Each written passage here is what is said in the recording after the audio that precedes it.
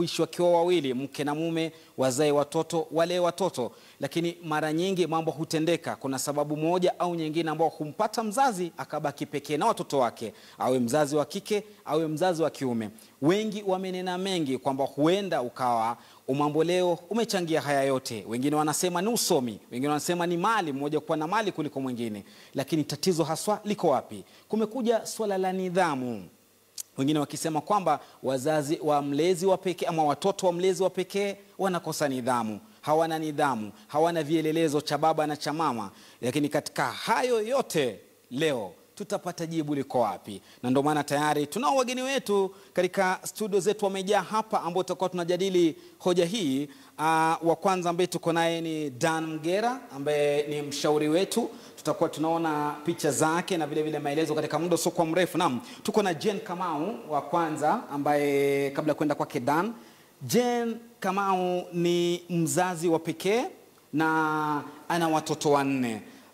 Jane, watoto wake hawa 4 amewalea na wa kwanza amemfikisha katika chuo kikuu. Jane anasema kwamba anatosheka kuwa mzazi wa pekee na hajutii kuwa peke yake. Huyo ni Jane Kamau, yuko nasi hapa, atakuwa analeta kisa chake na kuweza kutuelezea mengi kumhusu. Vile vile tuko na Peter Wachira. Peter Wachira huyo ni mzazi vile vile, alikuwa mraibu wa pombe tegemezi kwa muda mrefu sana, lakini akabadilika, akawa ametoroka jamii yake akairegelea, na anajua umuhimu wa yeye kuwa baba katika familia ile. Peter haamini malezi ya mzazi wa pekee, anaamini kwamba malezi lazima yawe na baba na mama. Tuko naye, na kwa hivyo Peter atakuwa vile vile, Peter ni kiongozi wa kanisa na ni kiongozi wa kanisa, ni mzee wa kanisa katika kanisa moja hapa Rongai inaitwa Wolef. Atakuwa yuko hapa pia kujadili ni kwa nini viongozi wa kanisa haswa huwa wanazingatia misingi hiyo. Mgeni mwingine ambaye tuko naye ni mshauri wetu, mwanasaikolojia Dan Mgera, ambaye ni mshauri nasaha, mwanasaikolojia, ni mlumbi, yani mnenaji katika hadhara na katika halaiki. Dan Mgera ndiye mwanzilishi wa shirika la The African Center for Public Speaking, na yuko hapa pia atakuwa anatoa ushauri wake na kuweza kuyaweka mambo kuwa sawa. Kabla kufika katika hayo mahojiano, majadiliano, wacha tupate vidokezo tumekuandalia nini katika kimasomaso leo. Usiondoke. Na mahali popote kwanza wanakuona, wanaona utachukua mabwana zao. Katika kisa changu, mama Jane Kamau aliyetorokwa na waume asema anatosheka kuishi na kuwalea watoto kama mzazi wa pekee. Watoto wenyewe wanakuwa influenced na vitu mingi sana. Wakenya watoa maoni yao kuhusu utofauti wa malezi ya mzazi mmoja na yale ya wawili. Kwenye vimbwanga vya wiki, jamaa ang'oka meno akijaribu kula mahindi kwa kutumia mtambo.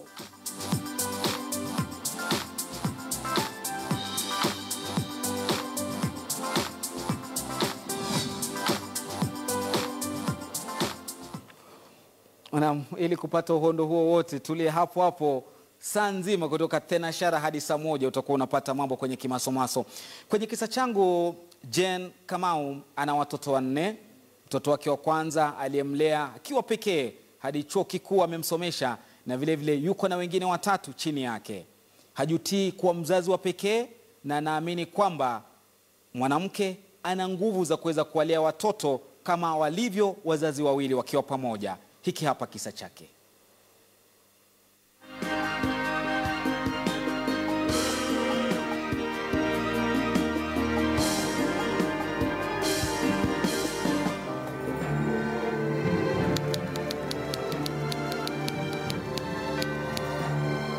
Mimi sikuolewa, ni ile hali ya kupata watoto, lakini mtu anakudamu, hana haja na wewe. So maisha imekuwa hivyo, so ni kama watoto kurejectiwa. Lakini zaidi ya yote nilichukua jukumu na kulea watoto wangu.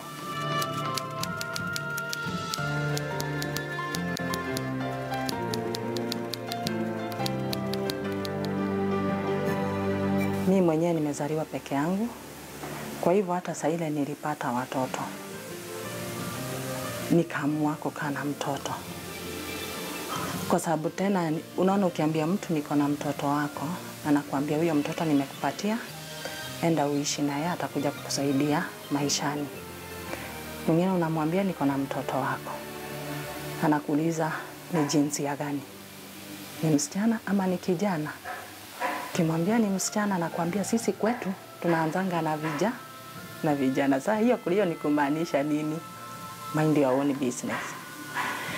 Halafu watatu kweli alikubali mtoto ni wake, hata alikuwa ameamua kumsaidia, lakini sijui shida ilitokea wapi hasaidii mtoto.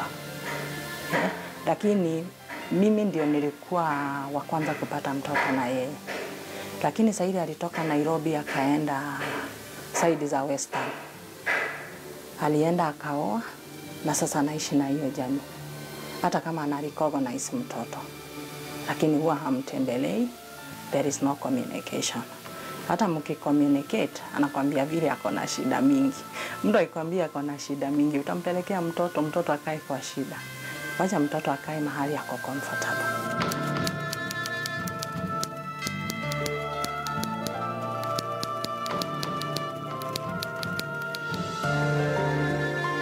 Najaribu juu chini hakikisha watoto wangu wako sawa. Alafu katika kazini kwetu kuko na sako. Hiyo sako ndio imenisaidia kulea watoto wangu. Hakuna siku wameambiwa rudi nyumbani kwa sababu wamekosa school fees. Kwa sababu ikifika mwisho wa mwaka unachukua cheki fulani, nina i-distribute kulingana na school fees ya mtoto fulani, na ninahakikisha watoto wako shule. Kama saa hii niko na candidate ako form 4 na she's doing good. Yes, school fees yake nimeshamaliza. Huyu msichana ako third year. Thank God kwa sababu alipita na anasoma under HELB. Hata kama kuna ile school fees sisi tunalipa, lakini HELB inamsaidia.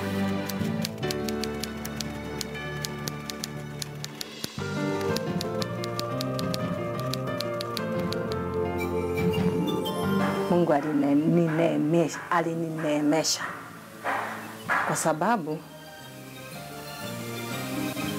kivijana wangu, especially huyo, unajua ndio first born, alijikuta hana baba na hana, so na hakuna siku ameshaniuliza wapi baba. Kwa sababu hata kama angeniuliza ningemwambia the same answer nilipewa. Lea huyo atakuja kukusaidia. Kwa hivyo nitamwambia babake yuko wapi. Kwa hivyo mimi nilimuonyesha njia ya kanisa. Na akiwa kanisani kuna vijana huwa wanawamenta. Wa grow in a godly way, yani kwa njia za kimungu. Na hapo ndio nilifaidika. Nilijificha kwa kanisa.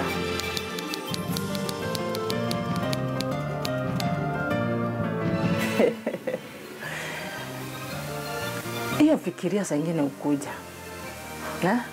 Lakini ni nani atakuchukua na hawa watoto wote? Hata ule atakwambia atakuoa, pengine atakuwa akikudanganya.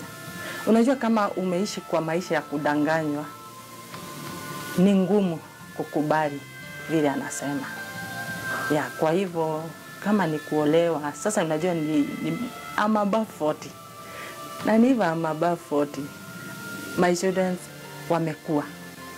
Na kama wamekuwa, ni pale unafika unasema, wacha sasa nigoje kijana wangu na msichana wangu waoe, nianze kulea wajukuu ikifika wakati wao.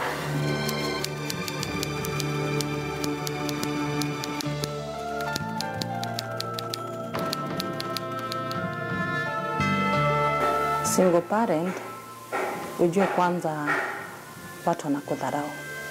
Na mahali popote kwanza wanakuona, wanaona utachukua mabwana zao.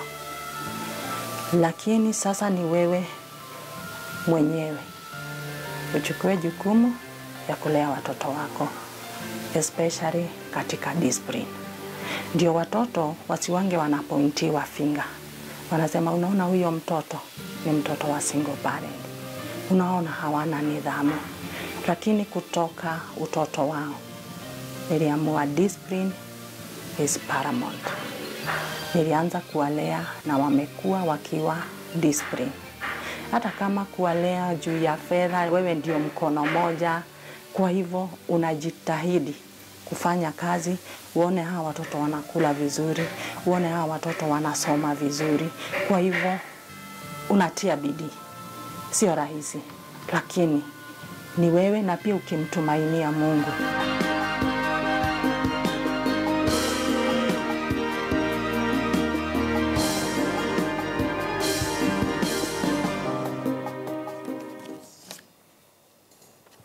Na ndo kisa chake hicho Jane Kamau.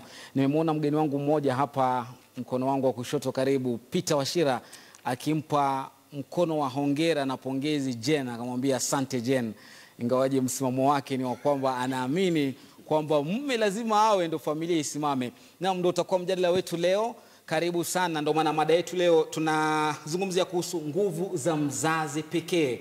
Nguvu za mzazi wa pekee ukipenda. Katika Twitter sema nasi @LoftMatambo, @KTN News, @Brand Dan Mugera. Tumekuuliza swali mboga sana katika Facebook na Twitter. Unaweza kuchangia mjadala huu ili usonge mbele hadi saa 1. Nitakuwa nasoma jumbe zako katikati ya kipindi na vile vile mwisho wa kipindi.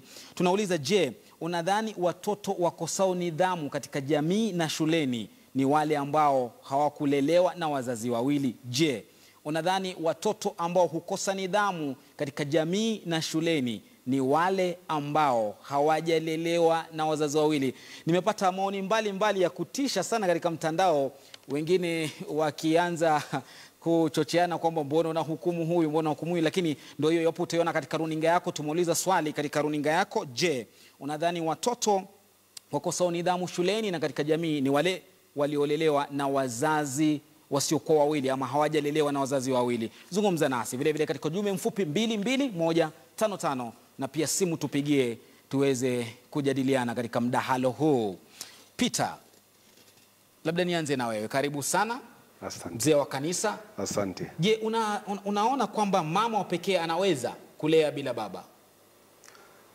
Ukizingatia kisa chake Jane. Kusema ukweli anaweza. Lakini kulingana na vile jamii imetengenezwa, the society, unakuta kwamba kuanzia mwanzo wa dunia kuna majukumu ambayo yamepewa mzazi. Utakuta kwamba wakati baba hayuko kwenye familia, kuna utukutu ambao ni wa kukosa kuheshimu mzazi. Sana sana huwa ni mama. Nikipeana mfano wangu mwenyewe kama baba, wakati mwingine nikiwa chumba cha kulala, nimelala pale, nasikia niko na watoto 3, nasikia yule mdogo anasumbua mamake sana, maswali, majibizano, wanavutana hapa na pale. Mama anajaribu kuinua sauti, mtoto hashiki, haisikii ile sauti. Lakini nikingoroma nikiwa pale kwenye chumba cha kulala, yule mtoto anashuka chini. Sasa naturally ile inaonyesha ya kuwa ile balancing, yani kujaribu kutoshanisha nguvu ya baba inaletwa chini na nguvu ya mama, nayo nguvu ya mama inazuiliwa na nguvu ya baba. Mungu aliumba hivyo. Jena na kuangalia kwa jicho moja kali sana. Wasemaje Jena? Lazima bwana ngurume ndo mambo yanyoke? Sio vile. Inalingana hata wewe ukiwa mzazi ni sauti gani unatoa. Tunajua yenyewe kweli kuko na watoto wako stubborn sana. Na usipojua kudeal na huyo mtoto stubborn, ndio inakuwa sasa hapo ndio unahitaji wazazi wawili. Lakini ukianza mapema the better. Yeah. Ukianza mapema the better. Dan, nakubaliana na Peter Wachira. Mimi nitasema hivi, mtazamo wangu ni huu. Maumbile ya mwanadamu kuna mwanamume na mwanamke. Hilo ndio lengo asilia la wazazi wawili hawa waweze kuumba. Lakini mbali na hiyo ni kwamba ukimuuliza Jane, atakwambia kwamba angependa sana alipokuwa msichana angeolewa na awe na mwanamume ama awe na mume wake mwenyewe. Lakini ndugu zetu hawa ndio wasikia vile walivyomwambia. Sasa angefanyaje? Amejipata katika ile hali, unaona. Angependa sana babake mtoto, ndio maana alienda akamwambia kulingana na ile hadithi nilio kisa chake pale. Lakini hawa watu wakajitenga. Kwa hivyo sasa amejipata katika ile hali na ana budi kujikakamua kama mama kuweza kuwalea watoto wake lakini asilia, lengo asilia na madhumuni asilia ni kwamba mtoto aweze kukuzwa na wazazi wawili. Kama vile Petero alivyosema ya kwamba kuna balance fulani pale ya kiasilia ambayo ndio ingetakana. Na najua pia Jane ukimuuliza vizuri atakwambia kwamba kuna wakati mwingine wale watoto ufikia changamoto fulani akahisi pangekuwa na baba hapa pengine angenisaidia, ama sivyo Jane?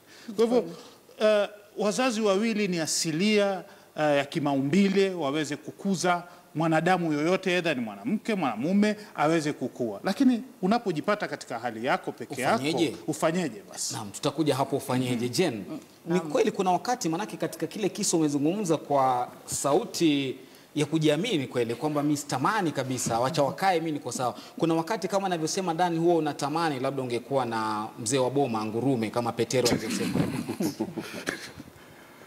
Ni kweli wakati huo ulikuwa kwa sababu unajua saa ile mmoja ako weak, mkiwa wawili kuna mmoja atakuwa nguvu yako ya kukuinua. Na hata kutoka hapo awali, hata kutoka enzi vile Mungu aliumba ulimwengu, aliumba Adam na Eve, yani mwanaume na mwanamke, na si vyema binadamu akae akiwa peke yake. Hata Biblia inasema hivyo. Lakini sasa situations zimekupata na umejikuta ukiwa peke yako. Ungetamani sana awe hapo karibu. Ungetamani sana akusaidie. Saa ile uko chini, lakini hayuko. So ni kujikakamua na kuendelea na maisha mbele. Katika mahojiano yako pale, manake hapa ni mambo kimasomaso, ulikuwa umegusia kwamba kila mtoto alikuwa na babake. Ilikuwa ni katika hali ya kumtafuta yule ambaye atakufaa, ama ni kwa sababu gani? Ndio hiyo. Ilikuwa ni kutafuta bahati. Ni nani unaweza ishi naye. Lakini ukakuta wote ni wale wale. Ni wale wale. Dani ananiangalia vibaya. Kwa sababu nikisema ni wale wale. Mimi utamtafuta wapi? Lakini kutokana na hali ile ambayo ulikumbana nayo kwamba ulitafuta upate ukapata hakuna wa kukufaa. Ulikuwa unatafuta nini kwani Jane ndio ukapata kwamba hakuna wa kukufaa? Ulikuwa unatafuta mtu wa kuishi naye. Unatafuta bwana wa kuishi naye ndio hata wewe uitwe bibia fulani. Ukiitwa Mrs. fulani there is some respect hapo. Kwa hivyo shida nikibaki kwako, shida siku hizi si kwako peke yako. Maana najua umeishi sasa uko zaidi ya miaka 40.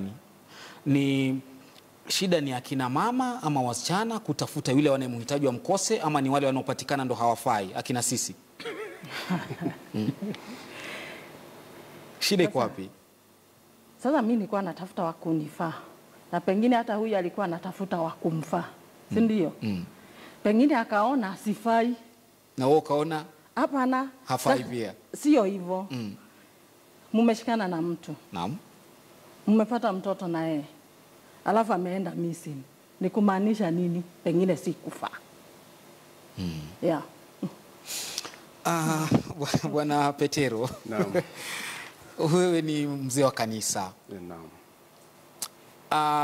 Biblia inayosema, lakini kwa tajriba yako najua umeshauri wengi kanisani, wewe ni kiongozi wa ushirika wa kina baba, ni sababu zipi ambazo huleta wazazi kuwa pekeo? Labda baba analea peke yake, mama analea peke yake katika kizazi cha leo.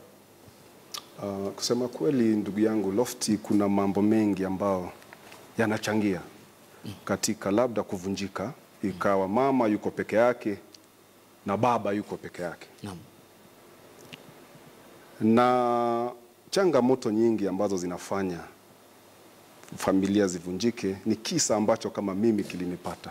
Kutowajibika kwa baba. Mara nyingi huwa ni baba anakosa kuwajibika katika ile hali ya ulezi. Na ndio nataka kurudia pale mwanzoni niseme kuna jamii imefeli. Manake wanaume saa hizi hawapewi support. Wewe hukuwajibika kivipi mwanzo? Mimi si kuwajibika kwa kuwa kutoka utoto wangu na kulewa si kupata yale maadili, advice, role model ambayo inafaa, ambaye anafaa. Ukakuta kwenda sekondari pale unaanza kuflow ama kuegemea upande wa wanafunzi. Pombe unaanza pale inakuwa ni raha. Ukienda nyumbani baba anashughulika kazi. Anajali wasichana, sheria zinajali wasichana. Jamii inajali mtoto wa kisichana. Sasa mvulana pale anabaki amezubaa, amechanganyikiwa, nianguke huku niende wapi? Anakuta ushauri bora ni wale vijana wenzake. Wanarika. Sasa wanarika. Pombe inaanza pale na uraibu, miraa, mambo mengi. Sasa unapoenda college unaendelea na pombe na raha, manake hauna mshauri bora. Naam.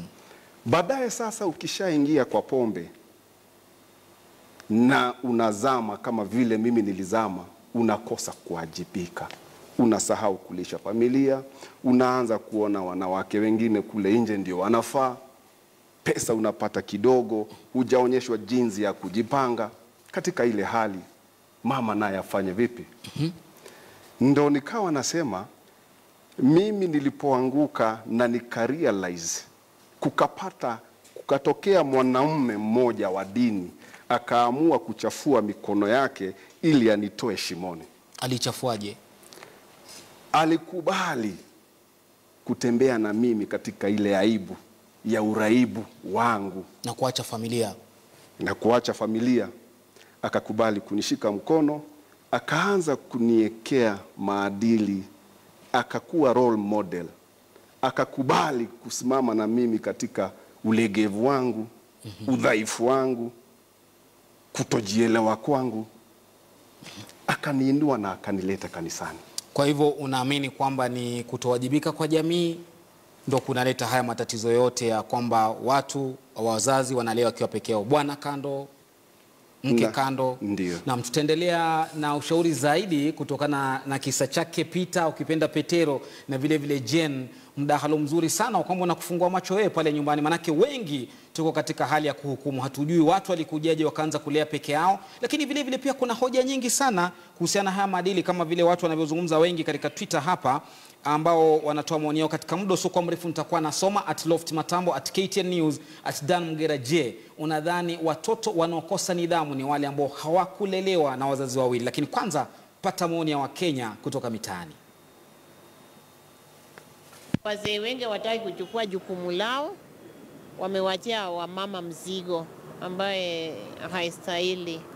Lakini wewe mama ukijipata katika hiyo hali, ujikaze tu na kama mzazi, ajili ya watoto ni wako, uwezi watupa. Kama baba ameamua kukuwa absentee, wacha kuwe hivyo, lakini wewe uendelee na kulea watoto. Lakini ni vigumu, jukumu ya kulea mtoto, kuzaa si kazi, kulea ndio kazi.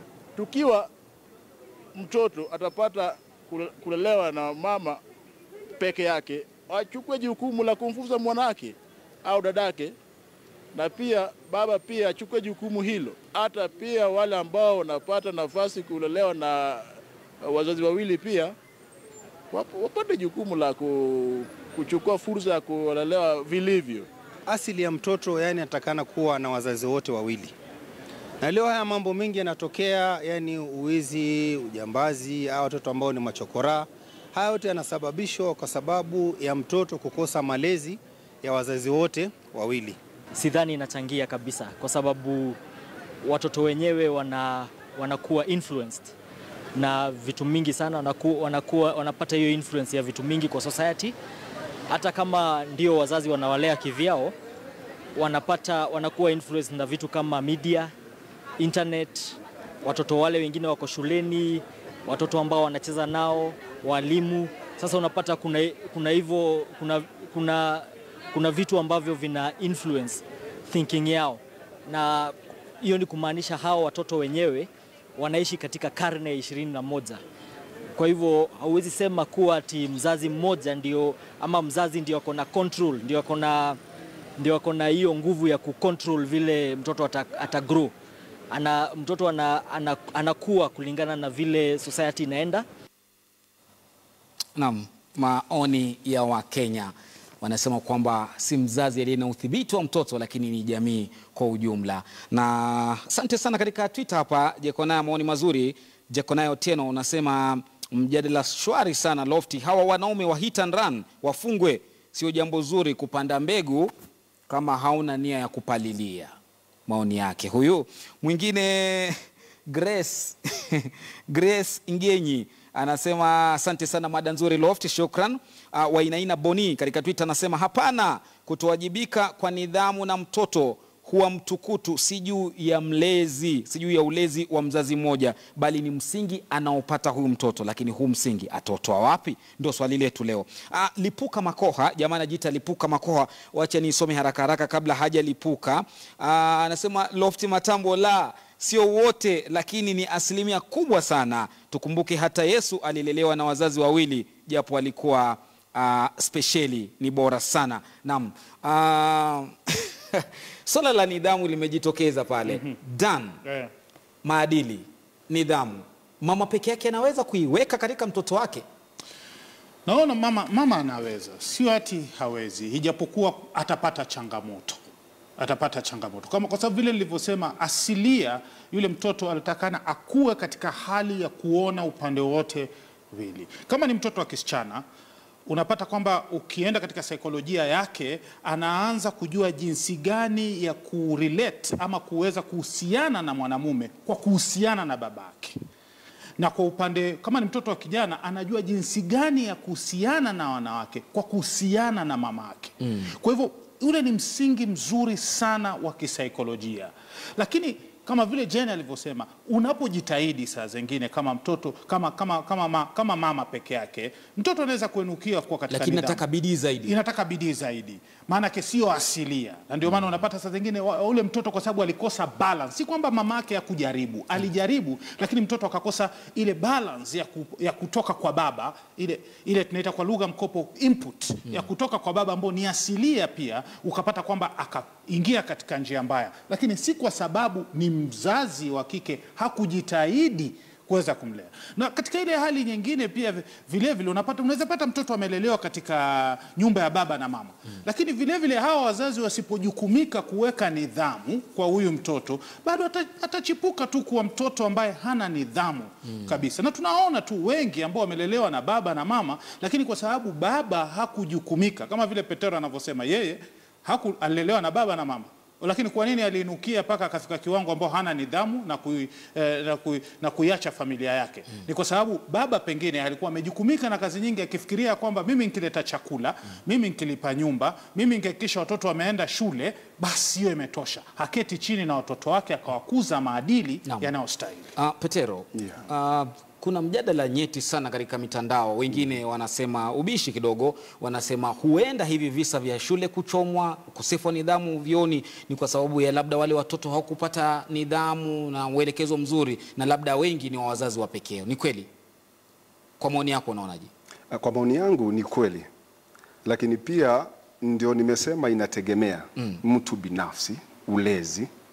Manake kuna watoto ambao wanalewa na wazazi wawili, kama vile ndugu yangu Dana amesema. Kama mimi nilikuwa na wazazi wawili, lakini wazazi hawakupata ile nafasi kamili ya kunifanya mtu kiumbe ambaye anajisimamia kimawazo, kimaadili, haswa kidini. Manake unakuta wale ambao wako ndani ya dini, hata kama wako kwa mzazi mmoja kama wa Jane dadangu hapa, wataendelea. Sisemi kuwa mzazi mmoja hataweza, lakini wanapokuwa juu, kuna pengo ndani ya roho zao ambao hawawezi express. Wanajaribu kufight mara mbili kuintegrate, kuingia kwenye jamii kuliko yule mtoto ambaye yako na wazazi wote wawili. Kwa hivyo utukutu kwa mtoto kama mimi ama mwingine pale ambao na wazazi wawili ni kukosa ulezi bora. Na unapoenda shuleni unakuta Katika ile hali ya kujaribu kujiidentify, kujijua na kutafuta nafasi yako katika maisha shuleni, unakutana na watoto wa kutoka nyanja zote za nchi. Unakutana na wale wamelewa kwa tabia njema, wengine ni wakora, wengine ni walafi, wengine ni watukutu, wengine wametoka kwa singo, wengine wametoka kwa wazazi wote. Sasa pale jukumu ni yule mtoto mwenyewe. Na ndio nasema ukiangalia sana katika ulezi. Manake mimi nilipokuwa mkubwa na nikagundua, nikajua njia za kiungu, na hiyo ni baada ya kujiwest. Lakini ukajua ulezi ndio umekuletea shida. Ulezi ndio ulilete shida. Hapo. Na mtazamaji, kabla ya kuendelea zaidi, ni mjadala pevu, mjadala wa kiutu uzima, tukiujadili kimasomaso hapa katika Kimasomaso. Usiondoke, tutachukua pumziko kidogo. Tukirudi tutakuwa tunaangalia hizi sababu za wazazi kutamani kuwa pekeo. Kwa mfano, imetokea sana hivi mpaka kuna utafiti umefanywa kwamba kunao mabinti ambao husoma wakapata ngwenje na wakatamani kwamba labda wapate mbegu, wapate mtoto alee tu raha mstarehe, hataki kusababishiwa vituko na mabwana ambao wanasema hawajibiki. Je, kuna ukweli? Hayo ni katika sehemu ya pili ya Kimasomaso. Tupumzike.